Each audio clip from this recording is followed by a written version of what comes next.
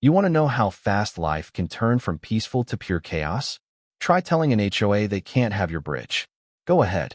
See how long it takes before you're in a courtroom, dragging a Jeep out of a creek, and learning that sometimes the only way to protect what's yours is to show you're not bluffing. I used to think stories like that only happened to other people, folks who didn't know how to stand their ground or city slickers too soft to put up a fight. Turns out, I was dead wrong. See, my land isn't just dirt and grass. It's history. The old cedar farmhouse perched up on that Kentucky hill, the patchwork pasture dotted with black cows, the twisted stretch of woods behind the barn, all of it staked and held together by one stubborn streak that runs in my blood. But if there's a heart to the place, it's the bridge.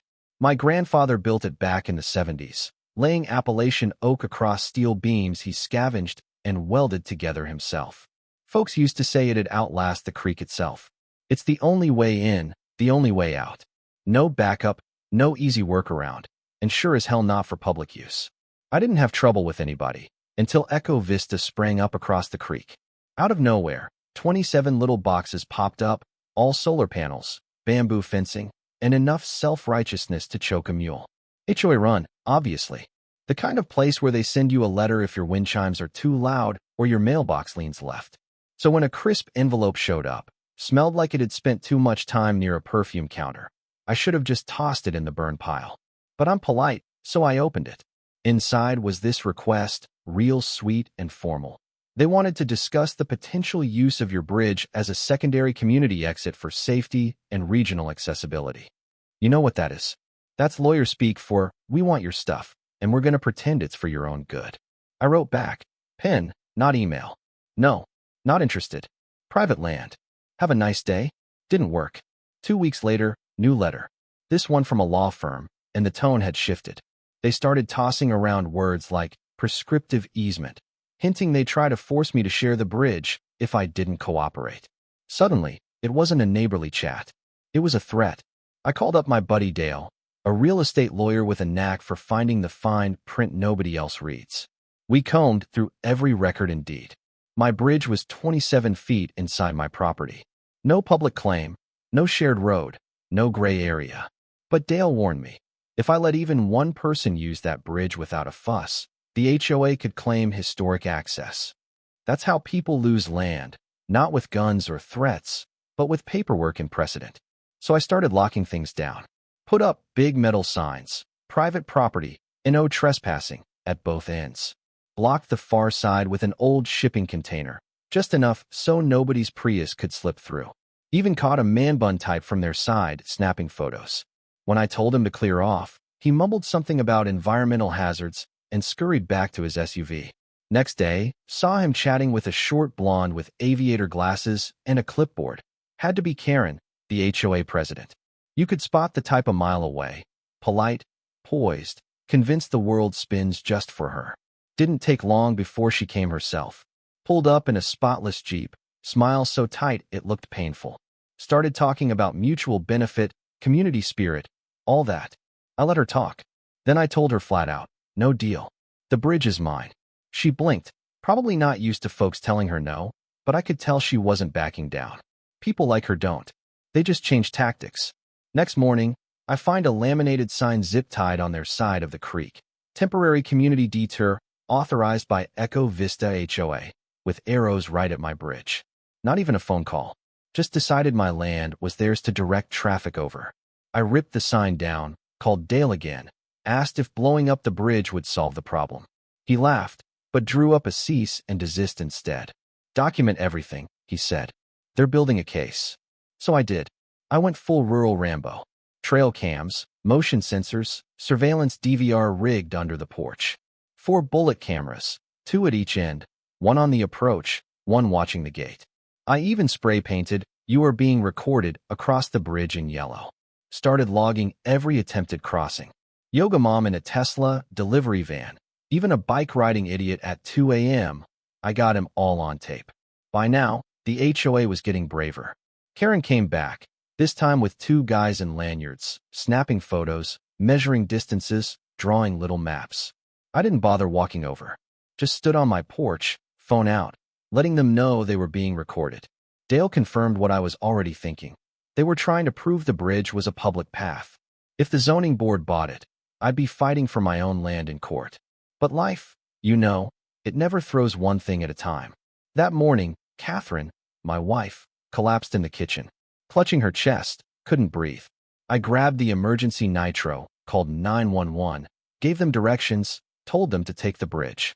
Paramedics said ETA 25 minutes. I sat on the porch holding her hand, counting every second. 23 minutes in, I hear sirens. Then they stop. Not at the house, at the bridge.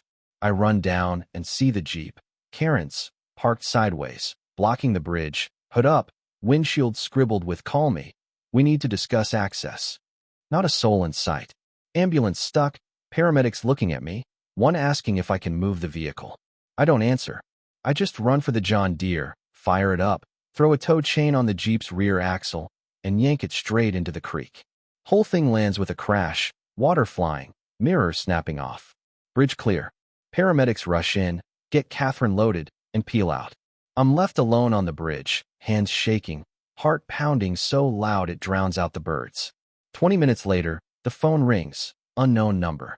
This is Officer Rosenthal, Harlan County Sheriff's Department. We've received a report of vehicle destruction and aggressive behavior. Yeah, of course. Karen called the cops before the ambulance even made it to the hospital. Deputies show up. Officer Rosenthal wants my statement. I walk her through it, just the facts. She watches the camera footage, listens to the paramedics' body cam audio. She nods, writes her notes. That's one hell of a defense, Mr. Maddox. She leaves. For now. But it's not over. Dale calls, says Karen's suing. Destruction of property, emotional distress, the whole kitchen sink. She wants 85 grand. But get this, the Jeep isn't even hers. It's registered to her son in Atlanta. No insurance, expired tags. We gather every scrap of evidence, footage, medical records, property maps, even a frame-by-frame of Karen smiling as she walks away after blocking the bridge. Court day comes. Karen shows up dressed like she's going on TV. Her lawyer looks barely old enough to drink. Judge Henley, old school, sharp, knows the land better than anybody, presides. Karen's lawyer whips out a historic survey map, claims the bridge has always been public. Dale leans in and says, "That's a digital forgery." Judge orders a forensic review, and sure enough, the map's a fake, printed on paper made after 2005, using fonts that didn't exist in '68. Our turn. We show video of the Jeep being parked to block the bridge, audio from the EMTs, GPS overlays, vehicle registration, and medical reports stating Catherine could have died if delayed. Dale even has a freeze frame of Karen, all smiles, folder in hand. The judge looks like he wants to throw the gavel at someone. Karen's side collapses. The judge lays it out. Deliberately blocking emergency services is a crime. Submitting fake evidence is another. Case adjourned for review. Within days, Karen's off the HOA board. The DA files criminal charges, obstruction, trespass, forgery. She pleads guilty, pays a $68,000 fine, $25,000 restitution to us, probation, and gets banned from HOA leadership. The bridge is ruled permanently private. I reinforce it with concrete, install retractable steel ballets, upgrade the cameras, even mount a non-lethal pepper ball turret by the gate. Sheriff says as long as no one gets hurt, and I put up warning signs, it's legal. So I do. And just like that, peace returns. The HOA stays away. Their interim chair tries to butter me up with a Cracker Barrel gift card. I mail it back with a note. Keep your biscuits, keep your distance. Catherine recovers, paints a moody blue picture of the bridge, hangs it in our living room. A trophy from the loudest war we ever fought. Then the calls start. Neighbors from Tennessee, Missouri, Utah. People fighting HOAs, asking how to protect their land. Dale sets up a burner Gmail.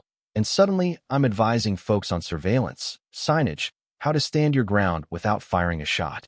Somebody calls me the Creek Defender on a forum. Someone else makes a meme of me as a knight hoisting a broken Jeep like a sword. Dumb, but funny as hell. The county gives my bridge a strategic private access point designation. No HOA, no state. Nobody gets to touch it without my say-so. I signed the papers wearing the same flannel shirt I had on the day Karen's Jeep took its first and last swim. Now, when the morning mist drapes the creek, I stand on the bridge and look down at the water. There's still a few pieces of plastic from the Jeep wedged between the rocks. I leave them there. Little fossils of hubris. A warning, you don't inherit land, you defend it. Not with rage, but with resolve. Back at the house, Catherine's watering tomatoes. She looks up. Everything all right out there? Better than all right, I say, just taking in the view. And as we sit on the porch, side by side, I realize peace isn't just the absence of noise. It's knowing you fought for what matters and won. So what do you think? Did I go too far? Or did I just do what any stubborn old farmer would when pushed to the edge? I'd love to hear where you stand. Drop your thoughts below. Tell me if justice was served, or if I should have just let them have the damn bridge. And hey, if you've got a story about standing your ground, don't be shy. I bet you're not alone.